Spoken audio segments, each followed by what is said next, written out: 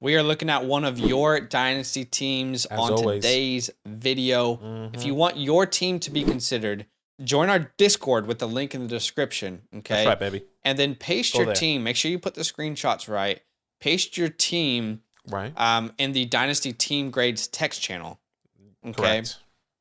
Little disclaimer: we can't cover everyone's team, guys. There's like hundreds of teams in there, but we Yeah. will always try and find teams that we feel like we can truly help and try and make content on it for you. Agreed. Big shout out to Hammer. Hammer time. Hammer down. Big shout time. out to Hammer here. We're looking at his team, and bear with us, okay? This might be A lot. there might be a lot of things to say because a lot of context here. Big team, a lot of ideas. I think this could be really good for content wise and for Hammer hopefully. All right, so a little context: 12-team startup happened in 2021. It's PPR, 1.5 tight end premium, super flex, and you start 10. He says, I finished 4th last year, but didn't want to be a team in the middle, so I tore it down. Okay. Decided to do a 1-year punt rebuild for next year, kept youth and collected draft assets. Love my 2 quarterbacks and have some good young core. Advice on how to get the most out of my draft capital. I know I should trade some of them, ? So Okay. we're going to talk about this. And then he also sent a screenshot of all the trades that he made this offseason. So let's go through them. Okay. Ryan Tannehill, he sent that away and his 23 second for 23 first. I like that move. I'm okay with that. Yes. Yeah, I think that makes sense. I mean, Check off number Tannehill. 1. Good thumbs up. Swift for Etienne, a 23 first and a second. I'm in love. A thumbs up. I'm in love with this trade. You guys know I love Travis Etienne, so this is huge for me. But then why? We're doing so well here. and Why'd you do it? He oust Etienne. Then he trades away Etienne for 24 first, and he gets his 23 second back, seeing I am tanking. Ouch. We That wouldn't have hurts. done that. We wouldn't have done it for 24 first. I don't think we would have traded Etienne. I mean, you said you were rebuilding. I guess to put our 2 cents into that, you were rebuilding. You wanted to tank. Etienne wasn't even playing that year, So Well, I think he did that this offseason. So yeah. So Etienne obviously would have helped his team this year. So I understand moving him, but man, Etienne is just one of those guys I don't want to move. Mm-hmm. The next trade is number 4, 23 second, and Davis Mills for a 23 first. I'm cool with that. Love that. Projected early first. I'm cool with that. 2022 104 for the 23 first. I mean, we were advising people to do this early in March, April. We were like, hey, if you can get a 23 first, move your first this year. Do it. And obviously that could have been Drake London, Chris. However, your ball would have fall. Drake London, Garrett Wilson, Chris Olave, depending. Yeah, all those guys. Maybe Ken Walker. Depends. But I mean, if that pick ends up top 8, I think you will have won that trade. Mm-hmm. All right. Then the Waller for 23 first, I think, was the next one. Yeah, which I think it is very interesting. And I don't know if it was the right move since it is a tight end premium, and the premium is 1.5 points. Sure. I would have expected should he have gotten more? Yeah, I would have expected more here at a 1.5 point premium for Darren Waller. I think the hard part about that is take the premium away. Could you get a 23 first for Darren Waller? Probably not. You know what I mean? Like that's maybe where it gets difficult because maybe you could. I don't know, but that's maybe that's a questionable one. Mm-hmm. Hard to say. And then the last one, you moved Jamar Chase, Mitch Trubisky in the early first in 23 for Justin Herbert. I mean, it's pretty even value wise. It might be a small L on the value if you put it in a trade calculator, but to get Herbert, like I'm okay with it to get those Herbert, 2 pillars. Yeah, I think it's okay. So I think there's some. So he traded. He had Swift, he had Etienne, he had Waller, and Jamar Chase, and he traded all of them away. Well, he didn't have Swift and Etienne on the same team, though. Right. But he did trade them away. You're right. He did trade them away. So I actually put down all the players that he traded away. Tannehill, Swift, Mills, Waller. At the 104, maybe Burks, London, like whoever your choice wide receiver was there. Correct. So this, like he said, like I guess you can see how, like let's put the team on the screen now. If you add Tannehill, Swift, Mills, Waller, and maybe Berkshire or London, is this team competing this year? I don't know the answer to that.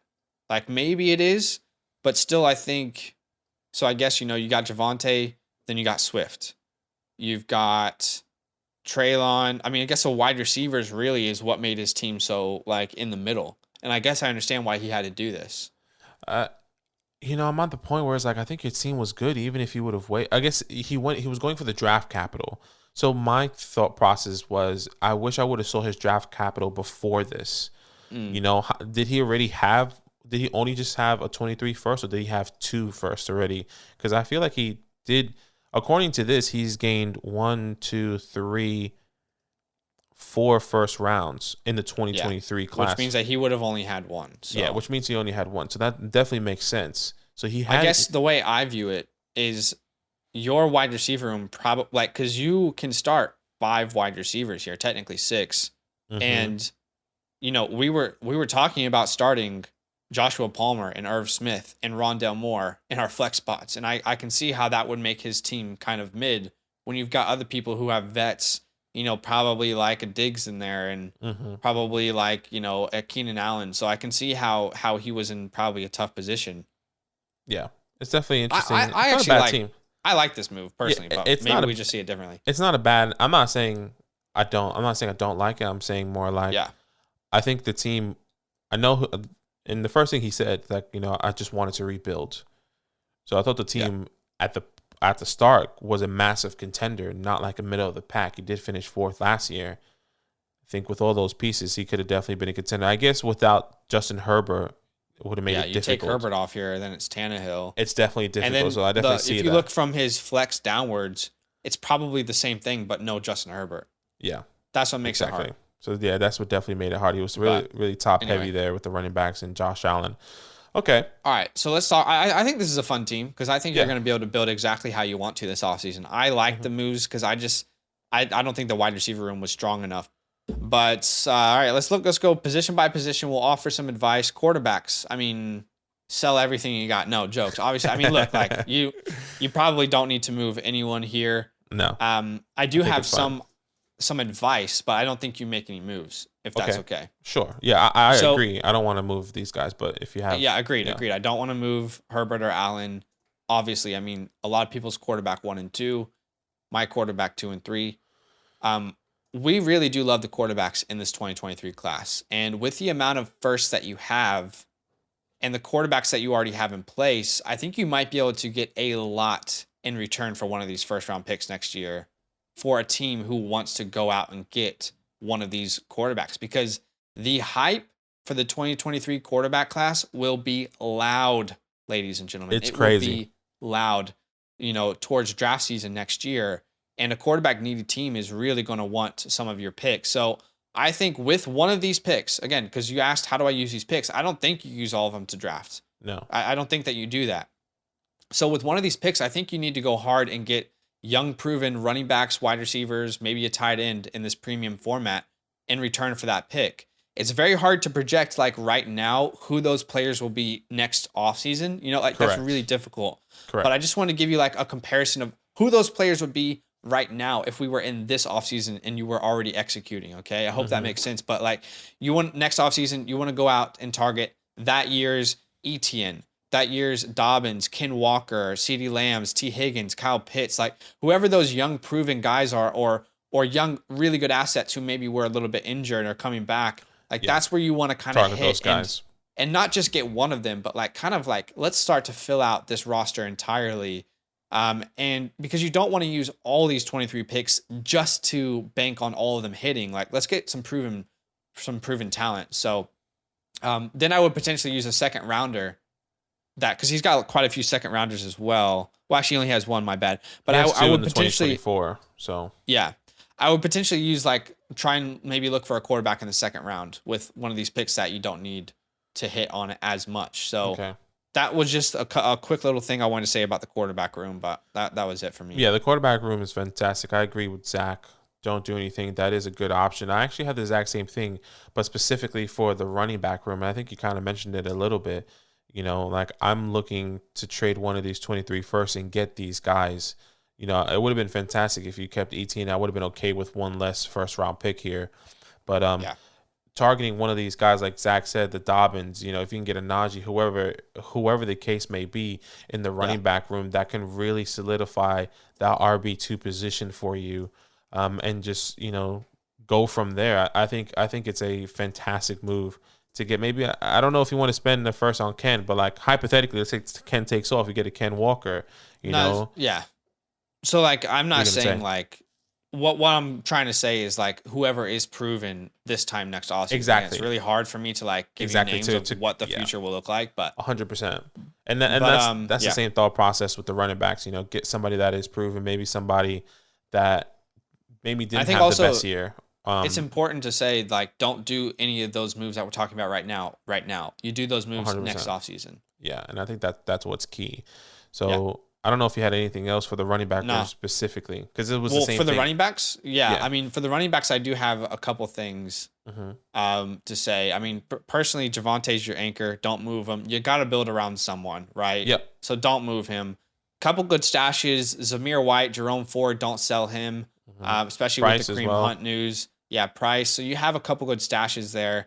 I would hold, but just take comfort in knowing that the 2023 class is really good at running back. Okay, yeah, exactly. You got Bijan, who's incredible generation talent. You got Jahmyr Gibbs, who we are falling in love with as well. So it's a deep class. So kind of, you know, take hope in knowing that you can build around this running back room, whether it's trades or drafting. Agreed. Because I think some of these guys might fall into instant workload opportunities like Najee did in his first year. All right, let's go to these wide receivers. This is where it gets kind of murky. Exactly. As far as like, how do we move forward? Exactly. All these picks into a complete roster. And especially having the opportunity to start 5 wide receivers, because we do like to start wide receivers in the flex position, usually. So I'm there with you. It's definitely difficult. I guess I'll go ahead and start. One thing I was thinking of, the one guy that I can immediately move away from is probably Irv Smith. Can we move Irv Smith and maybe a second or a third and get, you know, a lower tier wide receiver? Can we get, you know, a Brandon Ayuk? Can we get a Jahan Dotson somehow? This is a tight end premium. Your premium is 1.5. My expectation is that the price of a tight end should be a little bit higher than normal leagues. So those are the type of guys I'm looking for to fill in. If you really want to do someone like a Christian Kirk, I know a lot of people like Christian Kirk there. You know, I'm thinking of guys, I think if once you get to the higher tiers, a little bit more difficult, like the Skies, the Hollywoods, the Judys, those guys are a little bit tougher. But I'm thinking like a Tony, the Dotsons, you know, maybe a Claypool, if you like a Christian Watson.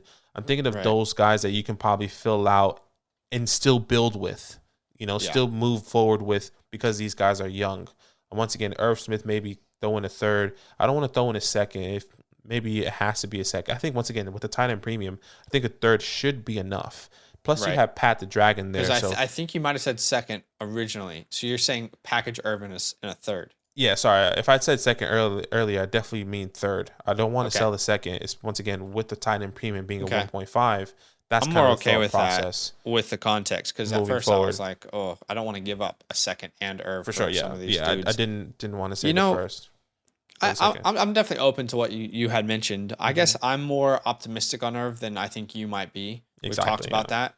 So like I might more be inclined to just hold him and wait and see, but I can definitely see where you're coming from. I had a couple ideas, but I don't know if you had any more. I mean, you can go ahead. I mean, we can go back and forth if you want. Yeah. Well, you're not gonna like these moves, okay? Okay, that's fine. Because, and look, I am not a very big advocate of Devonta Smith and Gabe Davis.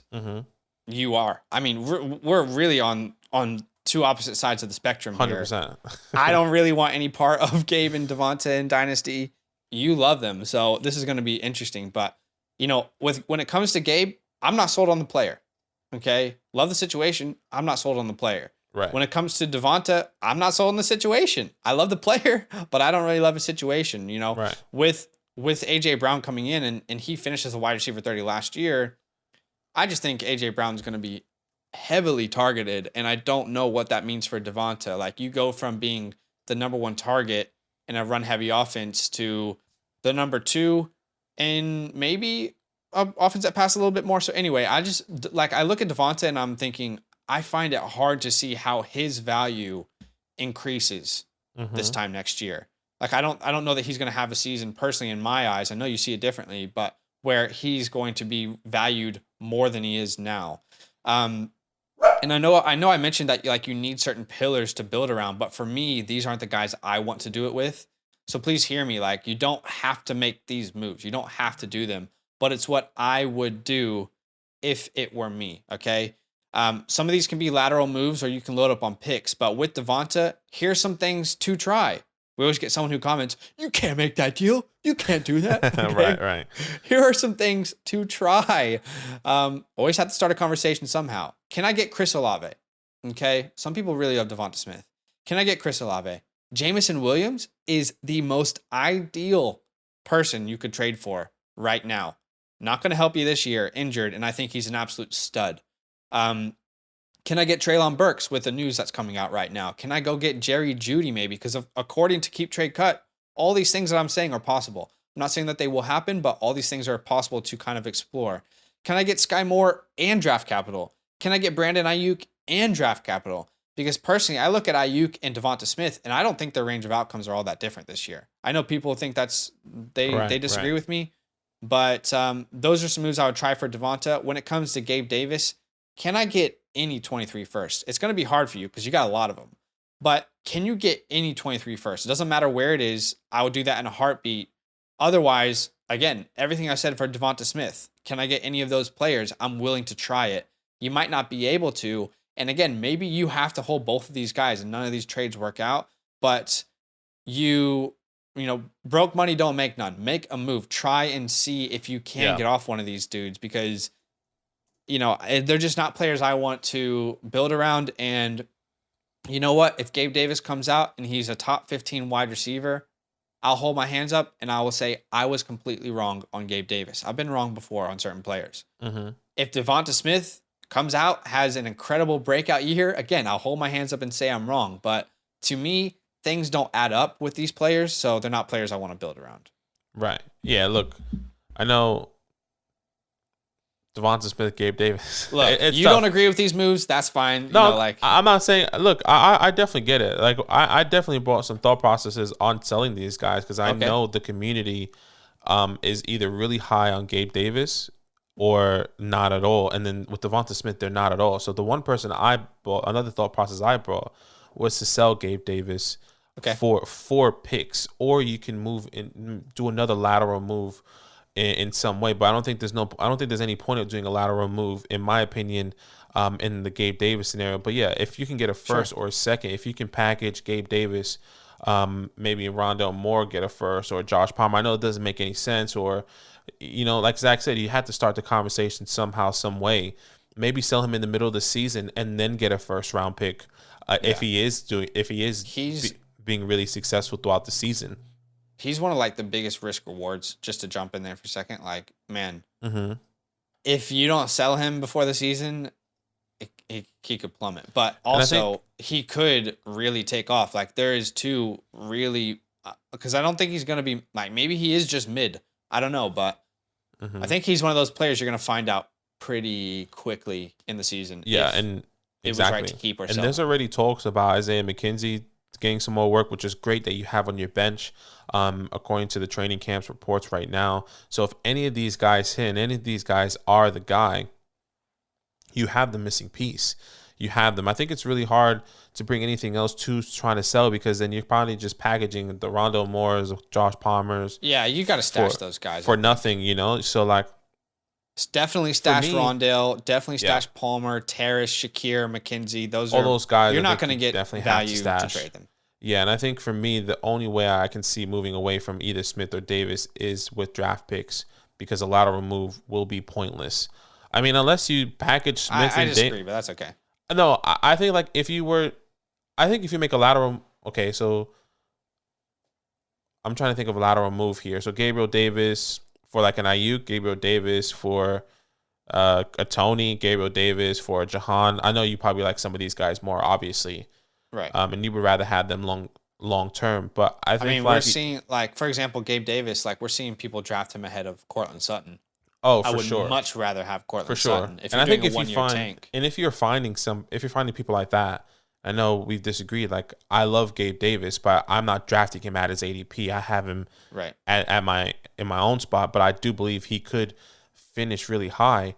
I think it will be tough to make the lateral move personally. Sure. It's like, well, you're going to be in the same spot. You got to wait a whole nother year. No, I get it. I think specifically Jameson Williams is like my I think that's trade prime target. That's incredible. Prime. Like, that would be beautiful if you could somehow pull that off. I'd even be willing to, like, throw in some sort of late round pick to make one of those moves happen. But I mean, yeah. So see what you can do. But anyway, any other ideas before we move to tight end? No. Okay. That's it. Yeah. I knew we weren't going to agree on that one. No, and it's not even that I massively disagree. It's just like, I hear you. I just don't know if the lateral move will be too much of a will be again, the reason I'm wanting a big difference. To lateral though is because I don't think that Davis and Devonta Smith, I don't think their value will improve. Right. I don't think that you're going to be here next year and be like, okay, yep, I feel great about these two guys being my starting wide receivers. I don't think you're going to be there. So yeah, that's where I come from. But tight ends, let's go to tight ends. I mean, look, we could go tell you to trade for Kyle Pitts, and I would love that for you. But I don't think that's really necessary right now. I don't think you really need to make a single move personally. Yeah. I mean, you've got Pat Freiermuth, more than capable starter. You have a ton of guys on the bench who have upside as tight ends, and Irv Smith. You've got Brevin Jordan. Yeah, Noah Gray, Ruckert. So I personally don't think that it makes sense to make a move right now, but you could see that differently. I definitely said it earlier. I was like, I would take Irv Smith, package him maybe with a third, and try to get one of these guys that could be the lateral move if you were to take Gabe Davis, the Tonys, the Dotsons.